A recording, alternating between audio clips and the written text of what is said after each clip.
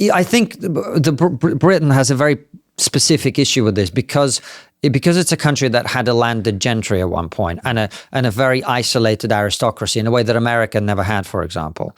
It's why they don't have this issue. In America, if you're rich, everyone's like, great. Oh, that's Andrew. He's rich. Oh, I'd love to be more like Andrew. Let me ask Andrew for some advice about how to do X, Y, Z. Right? I'm glad to be. Whereas in this country, we look at rich people and we sort of assume that they got rich by some sort of illicit scheme or their granddad owned, the House of Lords or whatever. And that's something we definitely need to overcome because it's just not true. Most rich people in this country are people who are rich because they've created things of value to their fellow citizens. And we have to encourage them to do more of that instead of punishing them for doing it. Can you envisage any kind of future where you leave this country? Sure. Have you thought about it? Do you know where you might go? It's not something that I intend to do. My view has always been that this country has been very good to me. And even if things are difficult, I would like to stay and do my best to resist the things that I don't like here. Because that's what you do, I think, when you're a citizen of a country. It's your duty to fight for it. Like if this country was invaded, I'd go and fight. Would you? Yeah. Wouldn't you? What's the age they usually cut off at? I don't know. It's like something 40-something. I'm sort of been waiting to get to that age before I say, right, now we need to... Well, something I talked about, I can't remember where I talked about this, but when I was applying for my British citizenship, no. When I was applying for indefinite leave to remain, the woman who was processing the application made a mistake. And we then had to go to a lawyer and appeal this mistake that was made.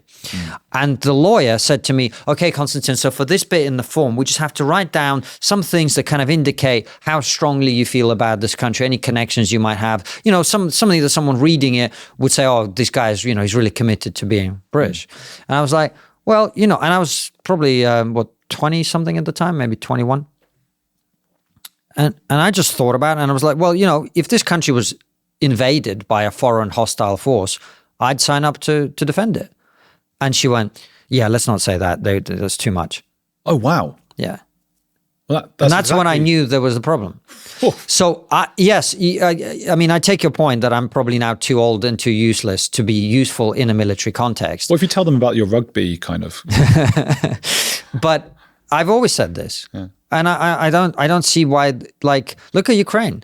I know friends in Ukraine who, when the war started, they got in their car, they got their wife in the car, they got their kids in the car, they drove to the border with Poland. They said goodbye to their family and they went back and signed up to fight. That's what a man's supposed to do when your country is invaded. That's what you're supposed to do, right? So for me, I think it's important to stay and fight as much as I can in the small way that I can. Have you lost any of those friends?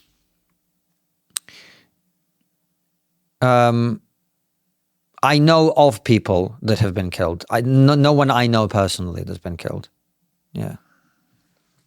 It's just a shit show, man. But my point is, you're supposed to fight for your country in whatever way that is. So I'm not running away from Britain.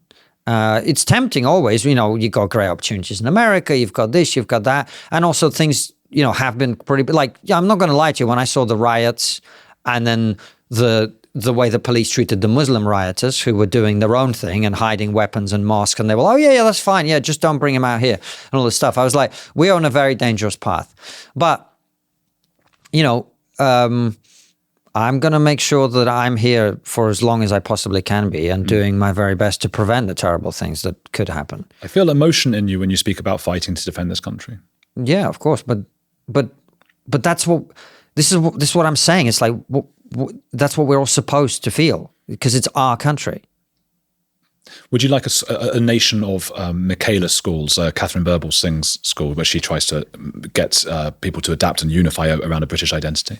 I don't know enough about education to say those are the only schools that should exist, but I really like what Catherine is doing.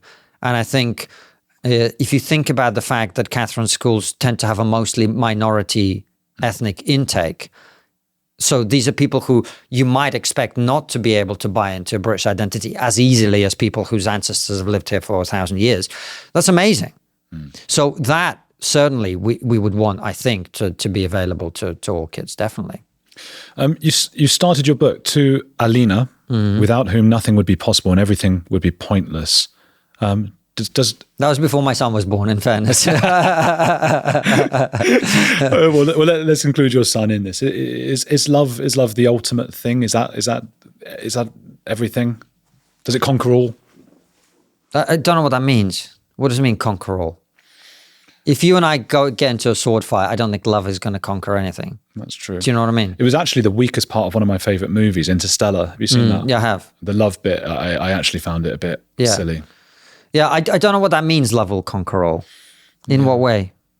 Sorry, I'm sounding very like Jordan Peterson here, but what do you mean by love, and what do you mean by conquer? What do you mean by all, and what do you mean by all of it? Did you opt not to do the impression of Jordan? Because people usually do it. I can't do a good impression of Jordan. What? Everyone does an impression of Jordan. Even Jordan does impressions of Jordan. Yeah. Francis told that story about Kermit the Frog. Yeah. I know. I've just never tried, to be honest. Well, okay, I know I won't. It's very tempting. I don't know exactly what it means. I just thought it starts with that, this book. I suppose...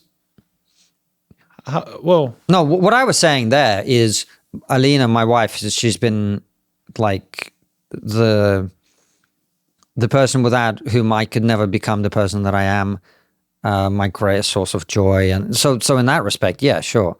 But yeah, I don't know what that question means. Sorry if I'm being difficult. It's not intentional. No, not at all. No, I don't know exactly what I mean by it. I just sort of wanted something vaguely not of the topics. Right. So you're going to have to ask me a better question, Andrew.